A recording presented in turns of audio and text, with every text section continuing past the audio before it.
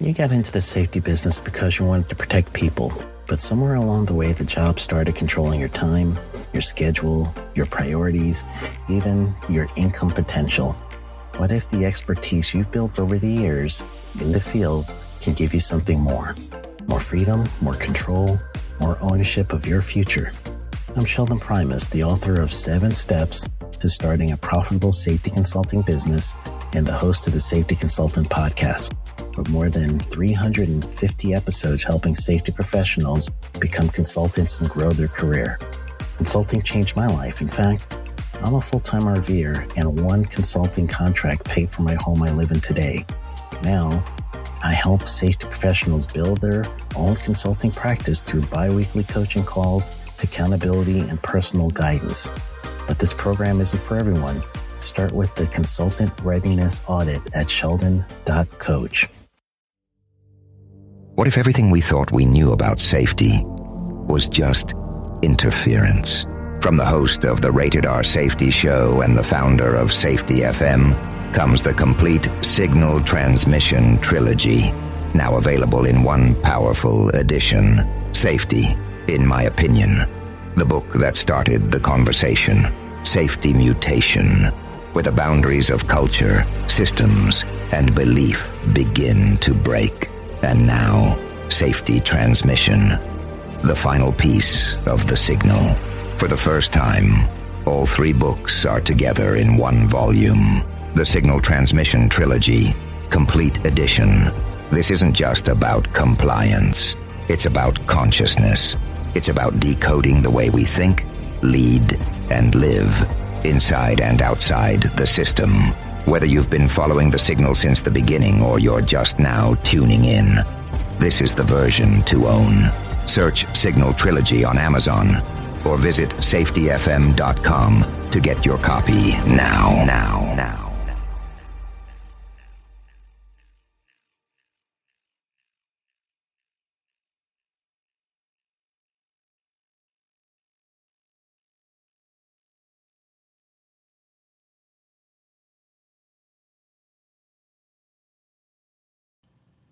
Hi, this is Jim from Safety Wars. Before we start the program, I want to make sure everyone understands that we often talk about OSHA and EPA citations, along with some other regulatory actions from other agencies, legal cases, and criminal activity. Everyone is innocent until proven guilty in a court of law. Proposed fines are exactly that, and they are often litigated, reduced, or vacated. We use available public records, news accounts, and press releases. We cannot warranty or guarantee the details of any of the stories we share, since we are not directly involved with these stories, at least not most of the time. Enjoy the show.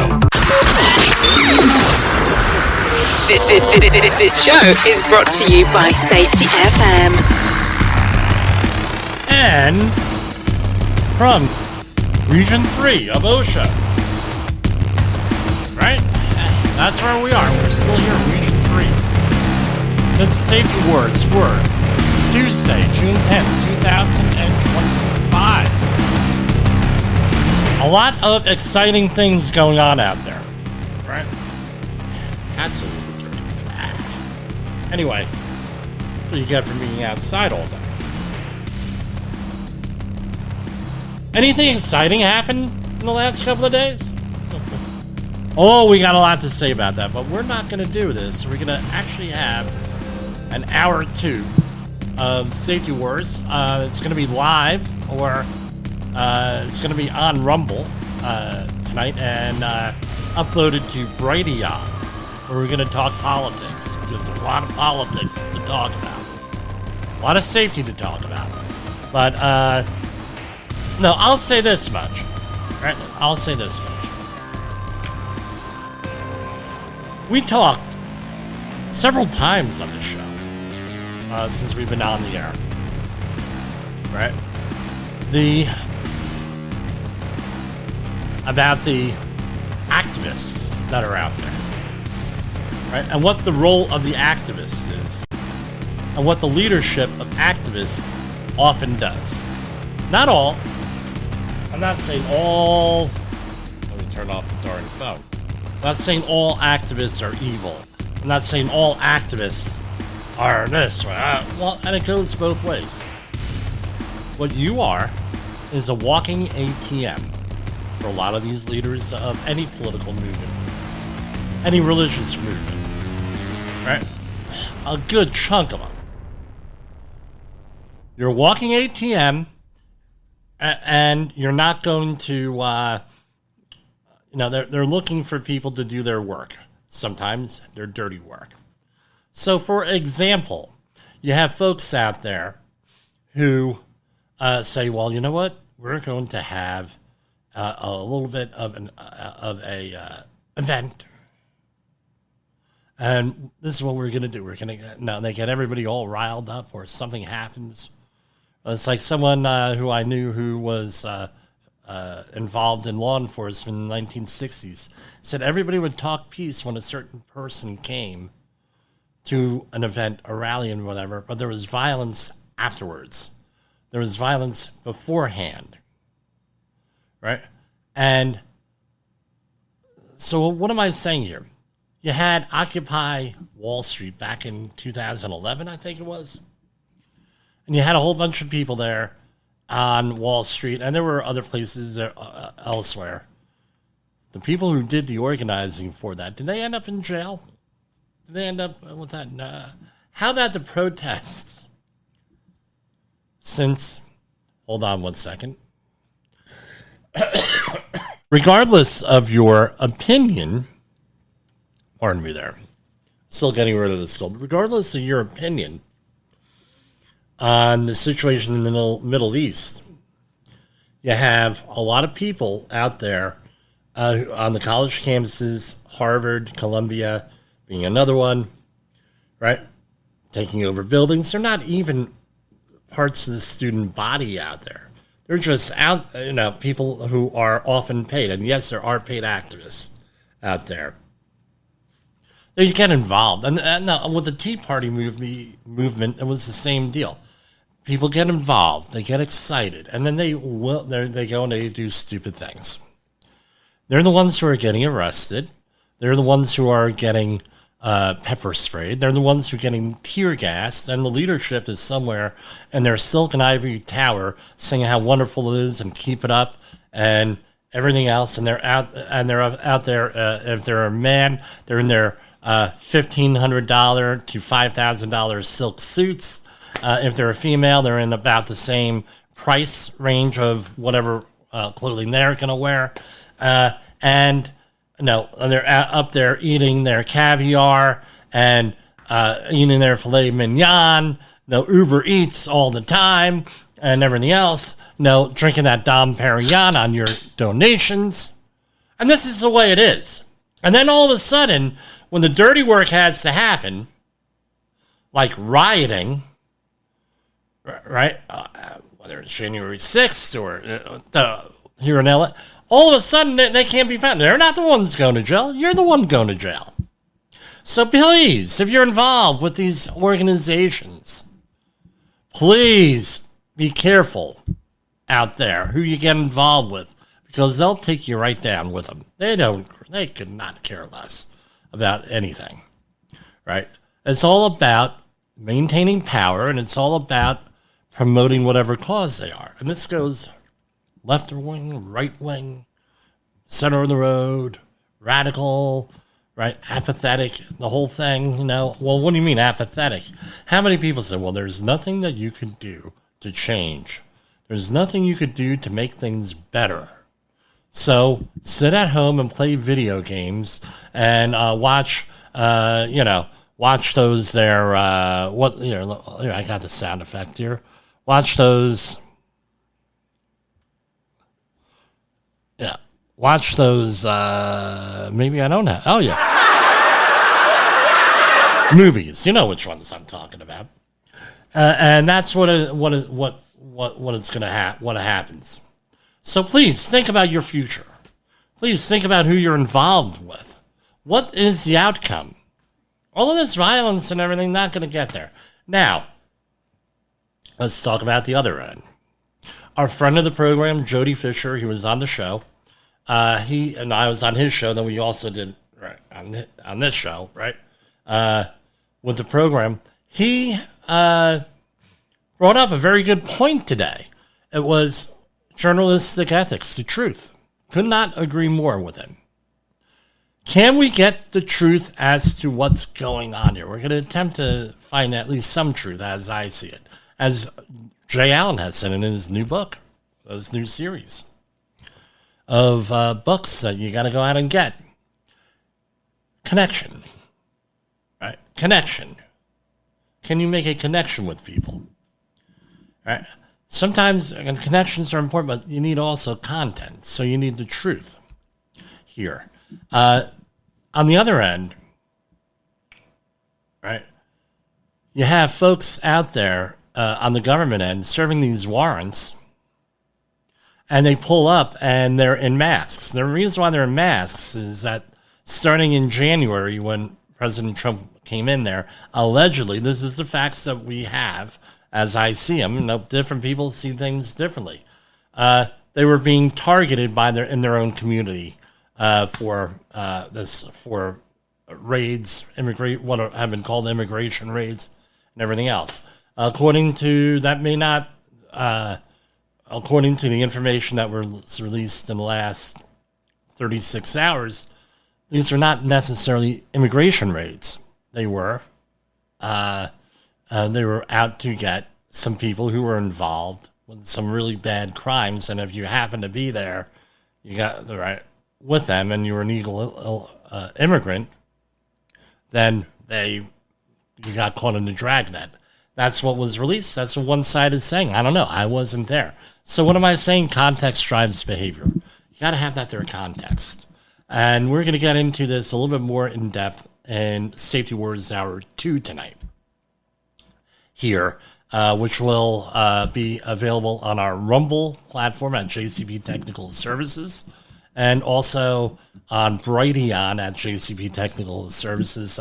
If I put that up on YouTube, I'm probably going to get penalized a lot of that information, because there are people who report things that may not necessarily be true. There was another radio show where somebody said something and they got banned for a week. And when I listened to the program, what they got banned for was rather innocuous, and it wasn't really offensive, just that somebody didn't like it and they complained.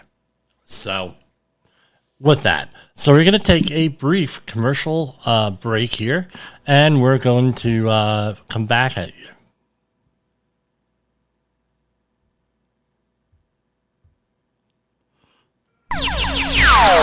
Safety Wars is streaming now.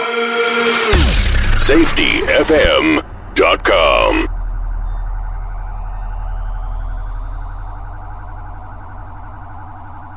In an unpredictable world, one voice rises above the chaos.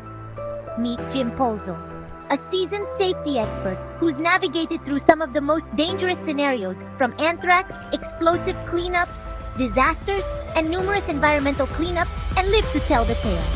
Now he's bringing his wealth of knowledge, insights, and experiences to you through Safety Wars. From workplace hazards to the hidden dangers in your own home, Jim covers it all with his engaging storytelling. Safety Wars isn't just a podcast, it's your guide to a safer world. Join Jim Polzo and become part of the Safety Wars revolution.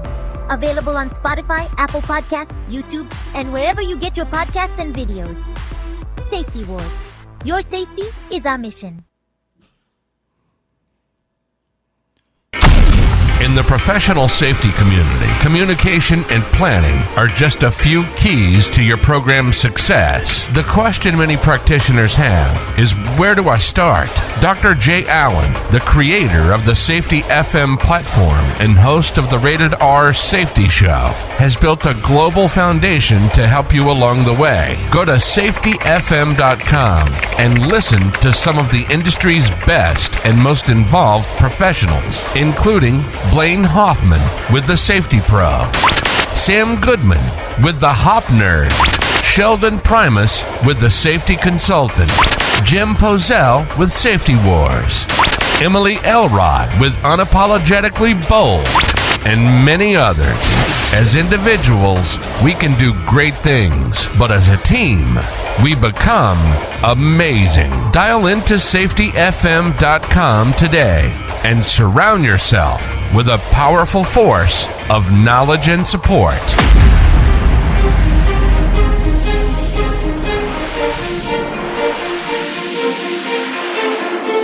OSHA recordables, catastrophic losses, environmental disasters. You want answers? So do I. This is Jim Posel with Safety Wars. That's my daddy! Okay, we're going to move on over to our regular OSHA type stuff out here. And, okay. This is from Michigan. Michigan officials confirmed the 10th workplace death of 2025. What Michigan OSHA says happened. This is from the Lansing State Journal. Dan Basso is the author. Michigan officials this week announced the 10th worker death in the state in 2025 in Oakland County labor who was bitten by a lawnmower. So OSHA has had a focus on landscaping stuff. Right, that's one of the targeted industries, especially in Region 2. Right.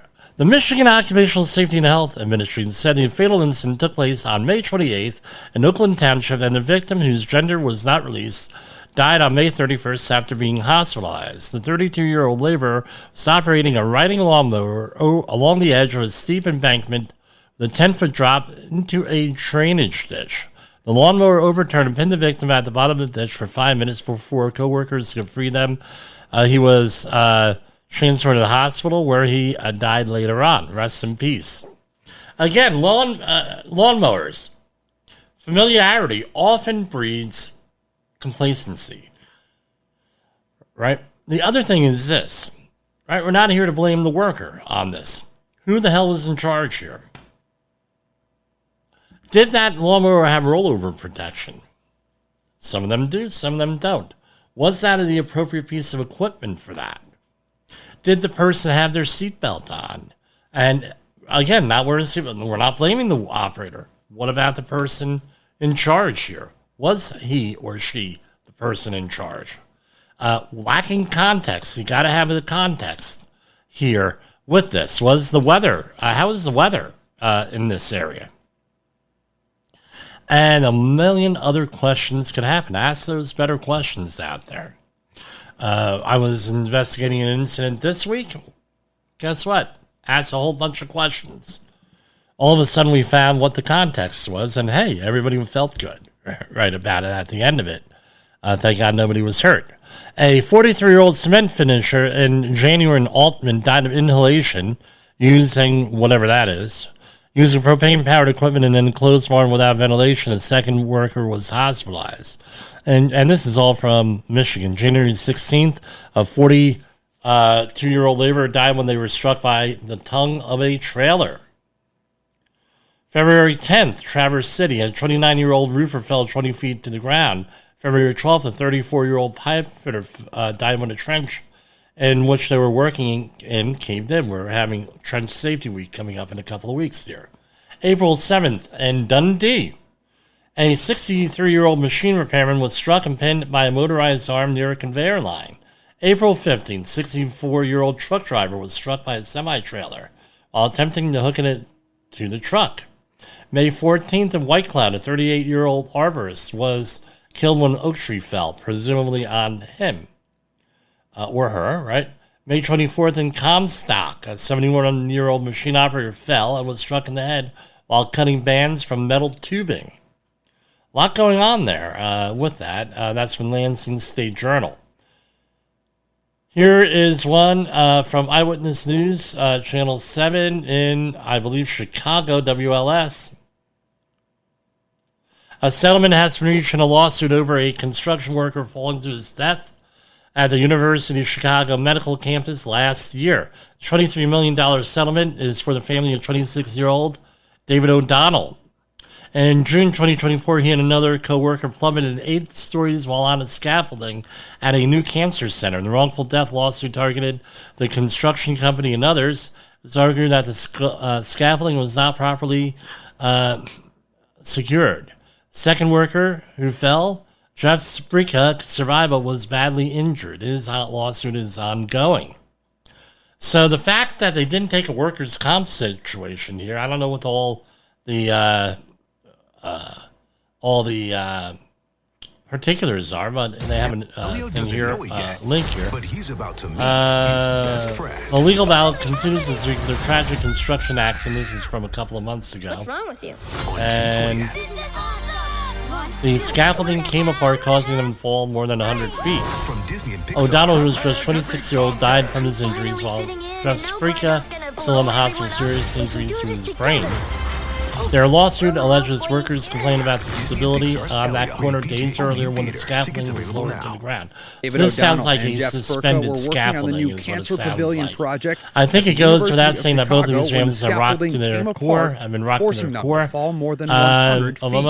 And the lawsuits for O'Donnell and Sprika are asking for millions of dollars in damages from the general contractor, Turner Construction, as well as one of the subcontractors. I think it goes without saying that both so of these families. it sounds like they were not today. GWC Law filing the second lawsuit from this incident, which is a wrongful death suit on behalf of the O'Donnell family. The lawsuit it was a 4x4 sheet of plywood, allegedly, and by no circumstance should that have been holding the west scaffold and the south scaffold together. Cameron demonstrated what they believe the proper construction of the scaffolding would look like. These beams are supporting the scaffold don't go all the way south. That's correct. I don't know. We'll see what happens here. And this other second story is from June 20th, 2024, roughly a year ago.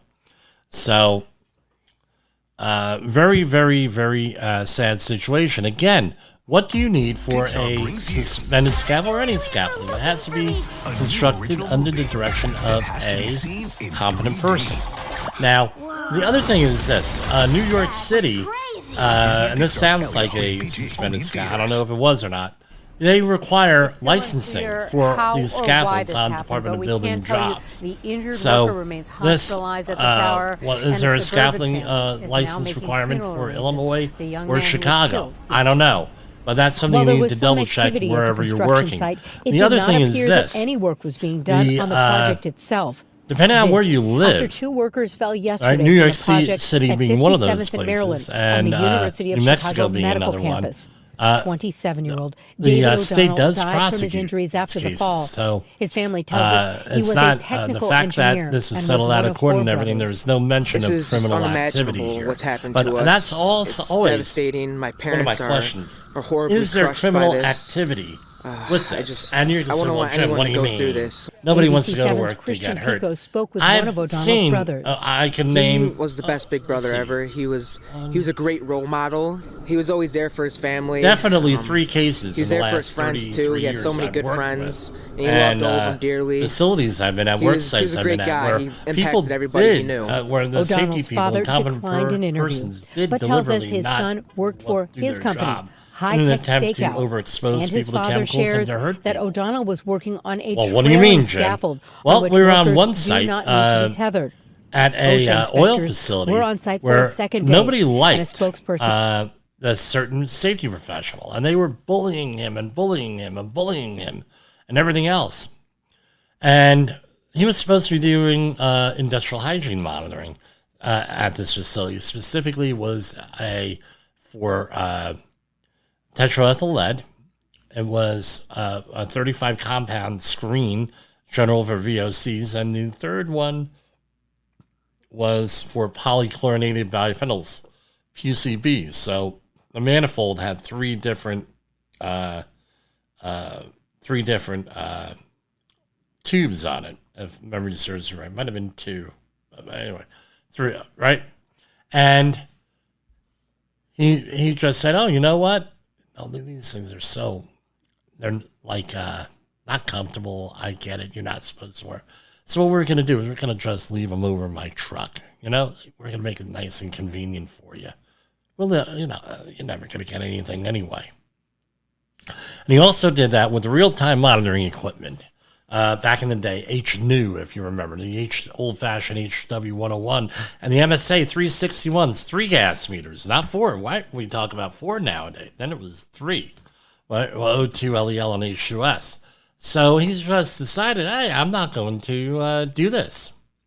And then what happened? He ended up getting fired. I came in there, and I'm doing things by the book, as always. And I'm coming up with all different kinds of readings and all of this and that. And they were like, well, how the hell did that happen? And then actually went on vacation, and then they put me in as a fill-in. They were like, how the hell did all of this happen? Jim's got this, and then the scrutiny came to me. Well, Jim, what the bleep are you doing? And I went out there, did some sampling. They watched me sample, blah, blah, blah, blah, blah. Did the whole thing, and then we sent them out, and we were getting the consistent results. Well, obviously what happened was, right, what happened, and there were other issues going on. The guy wasn't doing his job. Why? Who was that prompted? Why weren't you doing the whole thing? Said, well, because they're bullying me. You're not doing anything about it. And I did it to F them over. Delivery expose them. That was one. Second one was another one where we were in a facility where I had just finished a carbon monoxide safety class, right, where we went into all the hazards of CO. And then somebody had a problem with one of their coworkers, and they shut off all of the CO carbon monoxide sensors on a certain brand of air box for breathing air, for blast, the breather box. So I'm not going to mention the brand name because just turned off all the carbon monoxide alarms to try to give his coworker carbon monoxide poisoning. And the third one was where somebody decided that they were not going to connect to the correct anchorages, even though there were signs on there, don't connect to this is not an anchorage, on a tie-off card on a roof. I won't mention the brand name, but a tie-off card. And I went up there and I said to him, does this guy, I'm doing my client calls, Jim, you got to get out of there. We have this major near miss. You got to do it. And you got to handle it just like only you can handle it. So we go up there and the guy's like, oh, what's the big deal? I said, come here. You're the competent person. What's this say? Do not connect off to this. And you were up here and you let that happen? And I said to the guy, I said, did you see this? He said, oh, what's the big deal? Blah, blah, blah. I said, he said, I trusted the guy to connect that. I said, first of all, why are you trusting to that guy to make the anchorage connector for you? Right? Number one. Number two, I said, do you have a problem with that guy? Or does he have a problem with you? Is there some kind of discord here with the work crew? And he says to me, what? Why? How could you answer? How dare you ask that question? What do you mean, how dare I ask that question? Do you have an issue with each other?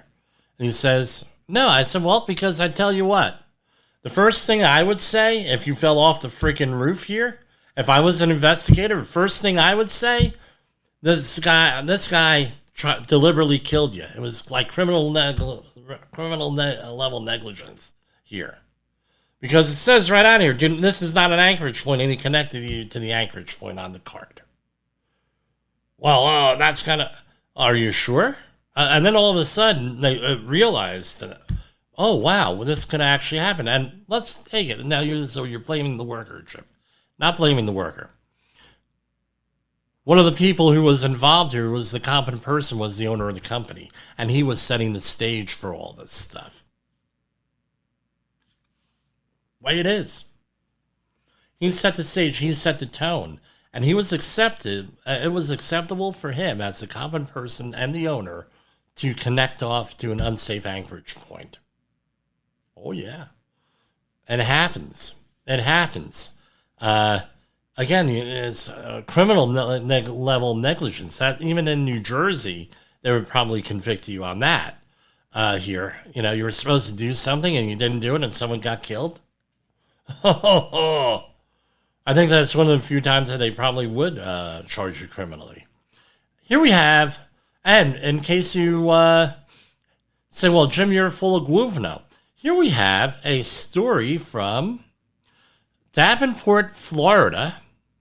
And this was today, right before showtime at 6:45 p.m. Eastern Daylight Time. This was updated. Here, I'm sorry, it was published this morning. It was just updated. This is Fox 13 Tampa Bay. Story by Ryan Burkett. All right. Actually, this is from the 5th, but it was just updated here, apparently. Polk County deputies say an illegal immigrant faces a manslaughter charge after causing his co-worker's death at a construction site and then lying about having. They always get you in the cover-up.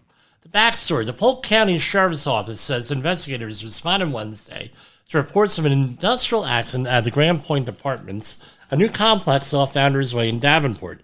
Deputies say they found the person the body of Jose Lopez near the front end of the loading bucket of a skid steer. Investigators spoke with Lopez's co-worker, I'm not going to mention his name, who claimed that Lopez was messing with the controls while standing under the loading bucket and hit a control that caused his head to get caught between the skid steer's frame and the bucket. How many times have we seen this on the jobs? Lots, all right? So if you've never operated a skid steer, on a skid steer, the only one that's allowed to operate that is the operator, and there is an interlock in place in there. Often gets defeated, right? A little bit hard nowadays on a new machine, but back in the day, it would often get defeated. So there is a bar, sort of like at an amusement park, where you have a bar on top, right?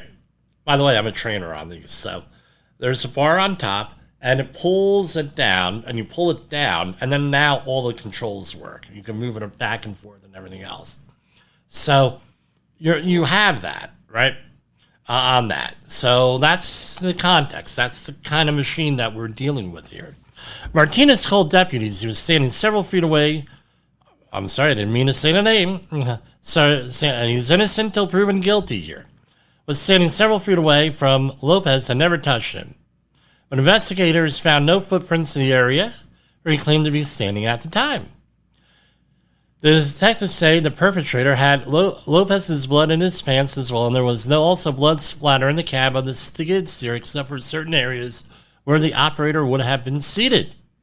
When questioned about the blood, the perpetrator asked for an attorney, according to the sheriff's office. Another co-worker also told investigators that the person had been in charge of operating the skid steer for much of the day, believing he was at the controls at the time of Lopez's death. PCSO says deputies arrested Martinez based on the physical evidence.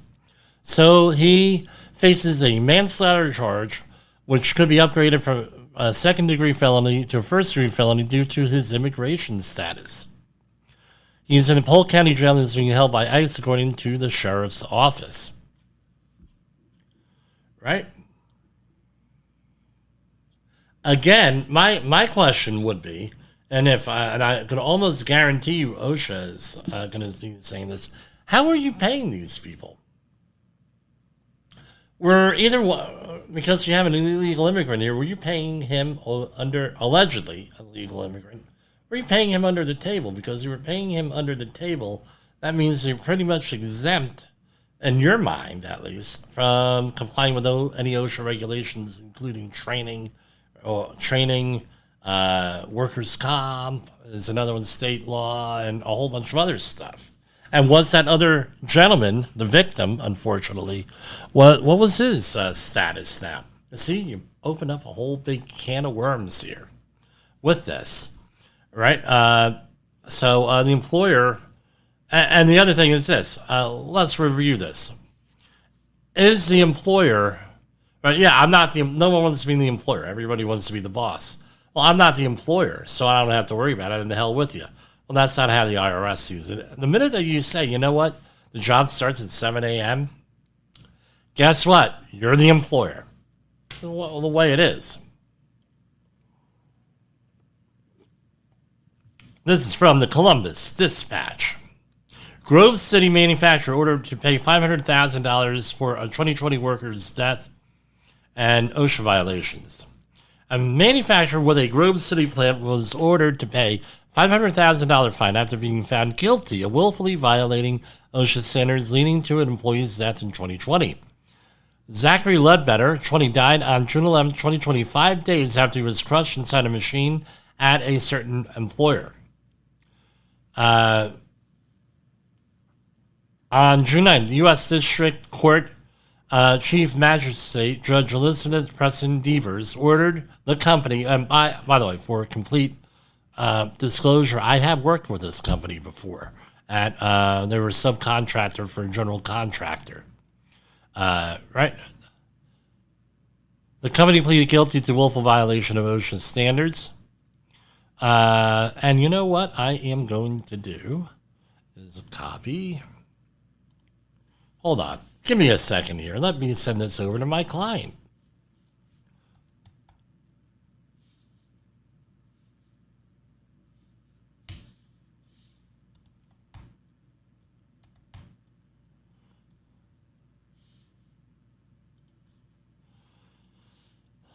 One of your subs hit the news today.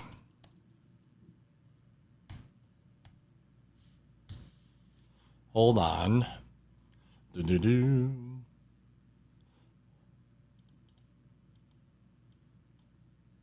Hold on. Now this happens every once in a while where somebody I know ends up in the news. And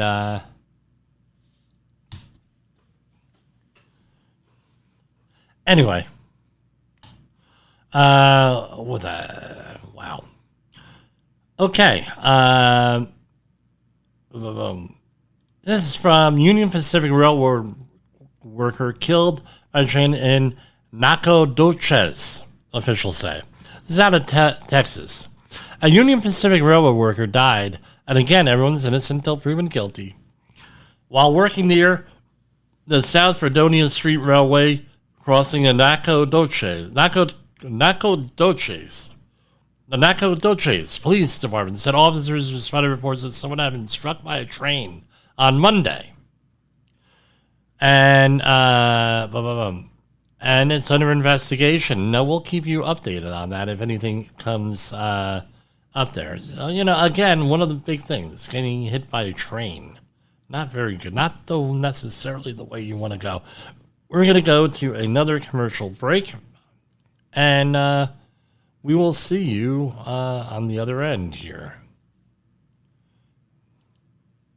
All right, we're going to continue with OSHA news.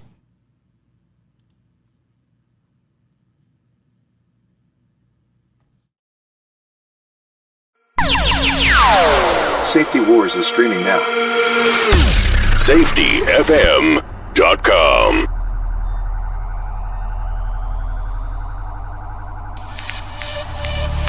Hard hat on my head, set the alarm. High voltage love in your arms. Steel toe boots, steal my heart. Now love's a machine, start to start. Danger signs, but we don't mind. We're safety certified. Hearts aligned, locked out, tagged out, hearts entwined. You and me, we're one of a kind.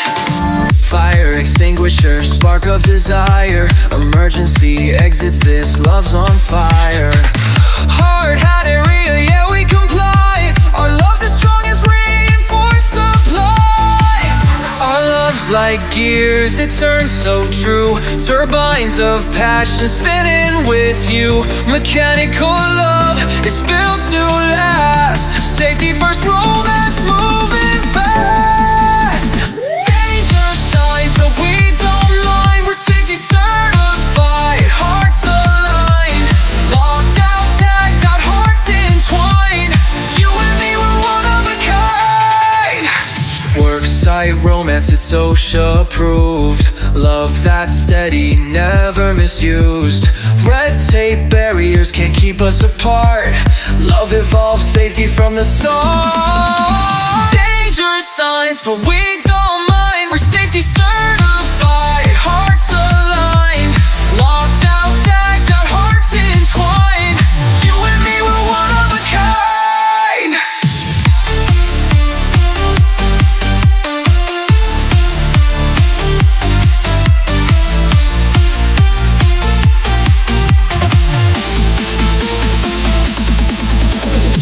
Worksite romance, it's OSHA approved. Love that's steady, never misused. Red tape barriers can't keep us apart. Love evolves safety from the start. Worksite romance, it's OSHA approved. Love that's steady, never misused. Red tape barriers can't keep us apart. Love evolves safety from the start. Yes, we have AI music here. Yes, we do. We're all licensed and everything else with it. Nothing's stolen. People say, well, Jim, what is it? I said, it's like Weird Al, you know, with this. Except, it's, if you want to call it original, whatever, it's AI. U.S. Department of Labor recovers $824,000 in back wages. Let me do a share screen here with this, because it is a government website. U.S. Department of Labor recovers over $824,000 in back wages and damages from Las Vegas drywall subcontractor for wage violations. The U.S. Department of Labor has recovered a boatload of money for 680 employees of a Las Vegas drywall contractor that denied overtime pay to piece rate and hourly workers in violation of federal law. The recovery follows the department's Wage and Hour Division investigation of a certain company that found the employer failed to pay piece rate and hourly workers, including painters, drywall hangers, and tapers, time and 1/2 their regular rate of pay for hours worked over 40 hours in a week, as required by the Fair Labor Standards Act. The division found that the company paid piece rates to workers without any overtime premiums for hours worked over 40 and banked the overtime hours of hourly painters, later compensating them with days off paid at straight time or not compensating them at all. The case highlights the Wage and Hour Division's commitment to protecting construction workers' rights to be paid overtime and wages. By uncovering and addressing widespread overtime violations at Spectrum Construction, we are ensuring that hundreds of workers receive their wages they rightfully earned. Our enforcement efforts ensure fair competition in the construction industry and send clear messages that employers are in there. So, as we're aware of, right, with this, I don't know. I imagine this took a while. I don't know if this under the Trump administration or under the Biden. This was started. This investigation, most likely Biden, with the way things move. So enforcement of tax law to raise money. We're going to deregulate, but we're going to enforce tax law. And this is what people were doing, was breaking tax law. It's a real serious thing here by not doing this. People say, well, what do you mean? Well, if they're not paying you overtime, that's a problem. If they're not paying you overtime, they're not paying Uncle Sam the taxes on that overtime. Bigger issue for them. I mean, don't think that they're they're out looking out for the small guy, but guess what? No, tax money. If it didn't have tax money involved in it, I don't know what kind of incentive this agency would have had to go after these folks. All right. Department of Labor covers $101,000 in wages and damages for 31 employees of a Houston plumbing contractor who were owed overtime. U.S. Department of Labor has recovered $101,690 in back wages and damages owed to 31 employees of a Houston plumbing contractor who paid them a salary but failed to pay overtime. This sounds like a misclassification of the worker, right? From exempt from overtime to non-exempt from overtime. Investigators from the department's Wage and Hour determined a plumbing company categorized, I was right on here, service technicians and apprentice helpers as salaried employees and not pay them the correct overtime rate as required by the Fair Labor Standards Act. The division calculated the contractor owed $50,840,000, $845,000, right, in back overtime wages and an equal amount in damages. The department is committed to making sure every worker receives their rightful earned wages. Let me point out something to you, my opinion on here, right? I'm supposed to give my opinion a little bit, news and views. The Fair Labor Standards Act needs to be revised, needs to be updated. The Obama, and I'm going to give credit where credit's due, the Obama administration and a little bit of the Biden administration right? Said, look, unless you make a certain amount of money and that rate keeps changing, you have to be an hourly worker. You got to be paid by the hour. You have to have that. Because I tell you what, companies take advantage of workers that are on salary or paid internships. Break the rules all the time. I see it all the time here. That's why I had an aversion to working salary for many years until I was paid an appropriate salary. Right, I take on direct hire jobs. Sometimes you got to pay me what I'm worth, right? Because back in the day, that's not what happened. They took advantage of you. And part of the thing is that companies do not invest in their employees. You do that often, right? With that. And they want to keep you at a low salary. Again, part of business is to make money. That's how they decide to make money, is on the backs of their employees. Oftentimes when they treat them unfairly. U.S. Department of Labor, I think this sounded like June 9th, but we talked about this last week. U.S. Department of Labor take America First mission to world stage at International Labor Conference. Deputy Secretary Sonderling will have vowed to prevent restrictive regulations that threaten American innovation. U.S. Department of Labor Deputy Secretary Keith Sonderling will participate in the 113th International Labor Conference in Geneva this week, leading a U.S. delegation focused on promoting the Trump administration's America First labor agenda. Deputy Secretary Sonderling will give high-level remarks during the conference that champion the U.S.'s dominant gig economy and advocate for policies that promote innovation, freedom, and economic opportunity. His mission comes as the International Labor Organization considers new global standards that could threaten millions of business and workers in the U.S. and abroad. The United States is a global leader in the gig economy, and this administration intends to keep it that way by pushing back against international efforts to impose burdensome regulations that stifle innovation, harm growth, and kill jobs. President Trump has been clear: we will fight for American workers and American businesses each and every day, both at home and on the world stage. Amplifying that message and standing up for our people will be my key priorities at this year's conference, said Deputy Secretary Sonderling. The gig economy has become a significant driver of economic growth, offering new pathways to good-paying jobs for millions of workers globally. U.S.-developed platforms have become driving leaders for gig work, powering everything from software developments to rideshare and delivery services. Deputy Secretary Sonderling will also host a roundtable to promote the U.S. as a premier international leader in artificial intelligence, as well as hold bilateral meetings with representatives from various governments. He will also meet with ILO Director General Gilbert F. Hungbo to discuss the shared commitment to ensure American workers and businesses are not undercut by unfair labor practices. The 113th International Labor Conference runs from June 2nd to June 23rd. June 2nd to June 13th in Geneva. Always these really exciting cities they stay in, right? Geneva. I'd like to go to Geneva. I've been there before. It's a nice place.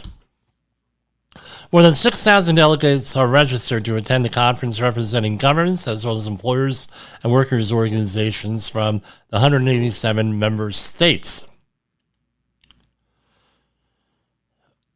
Okay, this is along the lines of right what we were just talking about with wage standards here. U.S. Department of Labor to offer prevailing wage webinars in June for current and prospective federal contractors on prevailing wage requirements. The U.S. Department of Labor announced today that its Wage and Hour Division will offer webinars on prevailing wage requirements in 2025 for contractors, contracting agencies, unions, workers, and other stakeholders involved in federally funded construction and service contracts. So my understanding on this is that if there's $1 of federal money involved in a contract, basically it's prevailing wages. And if you're a construction worker, and I'm sure some other workers also, with that. Part of its ongoing effort to increase awareness and improve compliance, the division will host 2-day online seminars with sessions on the Davis-Bacon and related acts, the Service Contract Act, and other topics.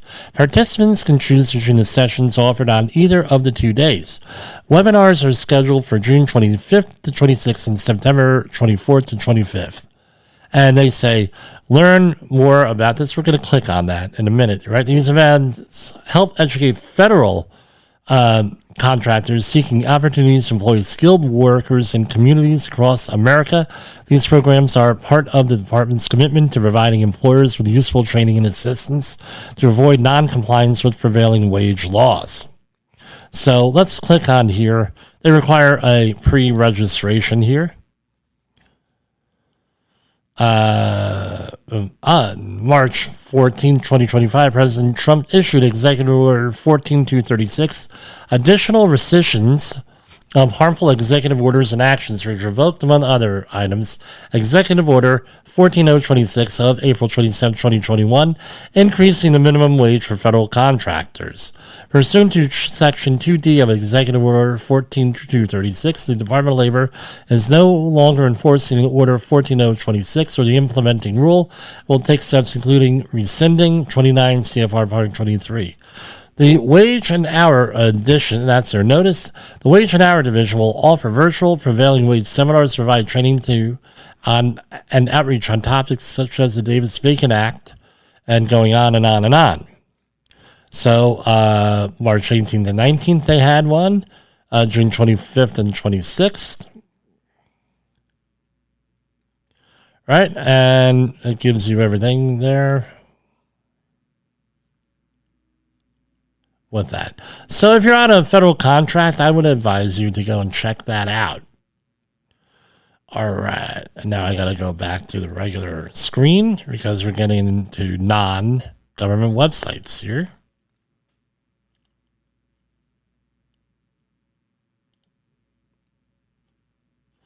Okay, this is from the National Utilities Contract Association. Next week, June 16th and 20th, this is the 2025 Trench Safety Stand Down. So it's probably worth it for you to participate in that. With that, they have some resources here, and just go and check it out. Here, you get it's like the OSHA outreach stuff. They give you looks like they give you a nice certificate or some kind of recognition, and they have. We'll probably talk about it next week with this. This is from businessinsurance.com. Article by Louise Esola, E-S-O-L-A, from today. The Occupational Safety and Health Commission on Monday vacated 4 citations totaling $78,791 in fines against a family-owned construction company following several inspections of work sites in 2023. Finding that roofers are not using safety equipment were independent contractors. Oh, I would have loved to see how they prove that. As documented in Secretary of Labor versus Pettingill Family Restoration, the main point of contention was whether the workers were employees of the company. The OSHA had cited Pettingill for several violations for failure to use fall protection and other safety equipment, some of which were named as repeat offenses. The company named in early citations was owned by the same person and operated as Pettingill Construction, which did not contest earlier violations. Determining whether the workers or independent contractors' employees, of which Pettingill would have had constructive knowledge of day-to-day safety lapses, an administrative law judge weighed such factors as control over work hours, right, and hiring assistants, pay and insurance and benefits. The judge, in what became the final decision of the Occupational Safety and Health Review Commission, said that the issues weighed in favor of independent contractor status and that the Secretary of Labor failed to prove otherwise. There was no evidence on this record, meaning the company, ever directed any work on a job, supervised any work or worker site at issue in the case, set any hours, schedules, or conditions, or in any way monitored or inspected or even visited actual construction sites where work were being done by framers. Additionally, the company did not have any supervisors on site, right? Such that knowledge could be imputed to. Now, you can say, Jim, why are you going through this? One, it's in the news, right? And this is a news show. Number one. Number two is this. Right here. You want to go and use a legal case here? This is a legal case. Go and get the transcript and whatever you have to if you're an attorney, and you go and you check this out here with this, right? What makes it so? Logic would dictate, and this is, as far as I know, true, and I'm not an attorney here. So how do you know whether they're an employee or not? Did you direct any work on the job, supervise any work around the job, or any work site? Did you set any hours? Did you set any schedules? Did you set any conditions of work? Did you monitor or inspect it, the job site? Did you visit the job site? Right? Well, then, therefore, according to this, you're not an employer. Now, you tell me what job is going to be set up like this, unless you're some type of an agent of some sort, and you're contracting everything out, and you're sitting in an office all day. You tell me on that. Again, with that, it's an interesting thing. Here we have House panel question Labor Secretary on proposed OSHA heat rule. This is from SHRM.com. The U.S. House Committee on Education and Workforce convened on June 5th to examine policies priorities of the U.S. Department of Labor to hear testimony from Labor Secretary Lori Chavez-DeRemer. One topic that came up repeated was possible a national heat illness and prevention standard. Again, the current administration rescinded it on there. This is from Safety and Health News. David Keeling shares his goals for OSHA during confirmation hearing. David Keeling has three main goals for OSHA if he's confirmed for that. 1, modernization and regulatory oversight and rulemaking, expanding OSHA's cooperation and collaboration efforts, and number 3, OSHA's enforcement transformation. Senator Lisa Murkowski asked how OSHA plans to fill the data and information gap left by NIOSH after massive cuts to that agency's staff and budget. OSHA has traditionally relied on NIOSH data and recommendations for many of the workplace safety standards, Murkowski said. I'm concerned this is going to hamper some of the vital research that is out there.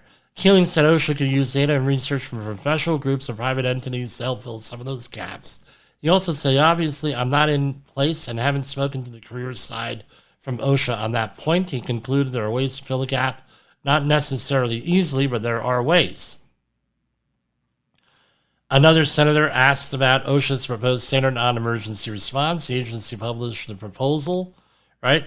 With that, Keeling said a possible path through exists for the standard, but it may come in a revised form. He mentioned there are some concerns from volunteer fire departments and others on how they will make the standard work from voluntary firefighter things. So if we recall, we covered this on this program. One of the main points is respiratory fit testing and medical monitoring for that. So are you able to wear a respirator? That's CVA. Are you able to do that? Are you medically able to do this? Now, you may say, well, Jim, blah, blah, blah, blah, blah. Again, I share the story of my mother-in-law, Nancy's funeral. Someone puts on a little imitation paper mask because it's during COVID. They're walking out of the church, carrying the coffin, one of the pallbearers. It was a supply pallbearer from the funeral home. The guy has some type of a seizure or asthma attack or whatever, and drops the coffin, and 2 other people on the one side of the coffin dropped the coffin. It didn't open, but, this happens here. Was he medically able to wear that? Because if that could happen with a little paper dust mask, what about everything else that's out there? That's what I got for tonight. We're going to roll out with the usual national anthem, right? And we're going to go and so we'll see you tomorrow. So here's our outro, our national anthem, and we'll finish off with some AI music as usual. I don't know which one. We're getting some more stuff out there.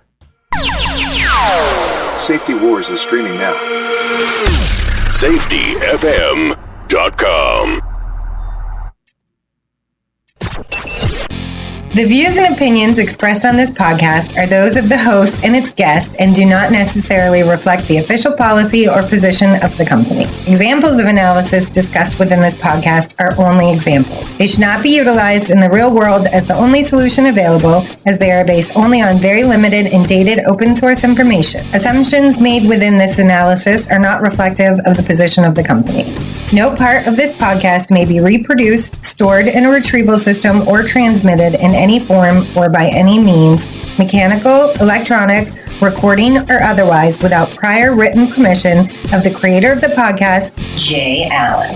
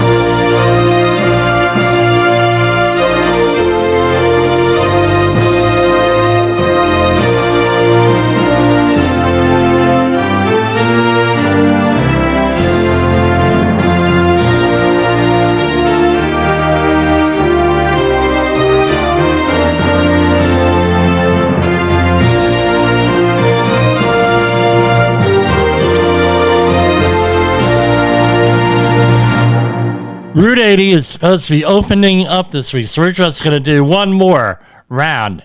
Holes in the ground, dedicated to Route 80 in New Jersey. That was shut down due to a sinkhole.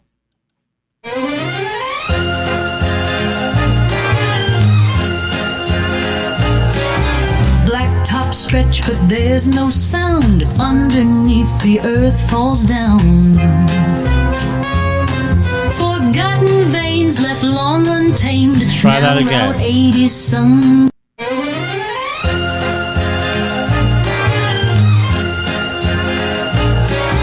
Blacktop stretch, but there's no sound. Underneath the earth falls down. Forgotten veins left long untamed. Now Route 80 sunk in shame. Cars are stranded, chaos flies. The cracks reveal where danger lies. A hungry mouth swallows it whole. The road's a beast with no control. Holes in the ground, they're pulling us under. Built on mines where greed did plunder. Route 80's a ghost, it's breaking apart. Abandoned dreams, tearing highways heart. Shadows of men who dug too deep left their scars where the earth does weep. Rushing wheels now pay the toll on a road with a fractured soul. No warning signs, just borrowed time. The hidden past now climbs the climb.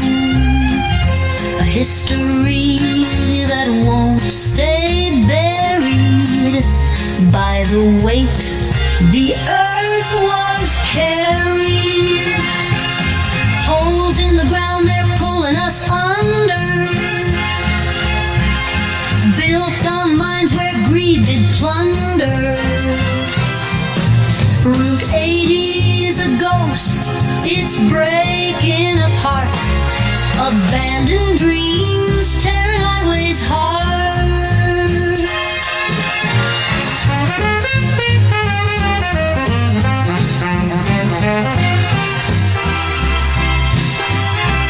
No warning signs, just borrowed time. The hidden past now climbs the climb. A history that won't stay buried by the weight the earth was carried.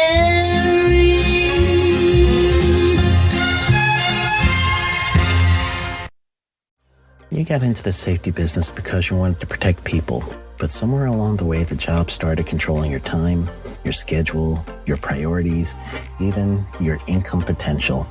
What if the expertise you've built over the years in the field can give you something more? More freedom, more control, more ownership of your future. I'm Sheldon Primus, the author of 7 Steps to Starting a Profitable Safety Consulting Business and the host of the Safety Consultant Podcast, with more than 350 episodes helping safety professionals become consultants and grow their career. Consulting changed my life. In fact, I'm a full-time RVer, and one consulting contract paid for my home I live in today. Now, I help safety professionals build their own consulting practice through bi-weekly coaching calls, accountability, and personal guidance. But this program isn't for everyone. Start with the Consultant Readiness Audit at sheldon.coach.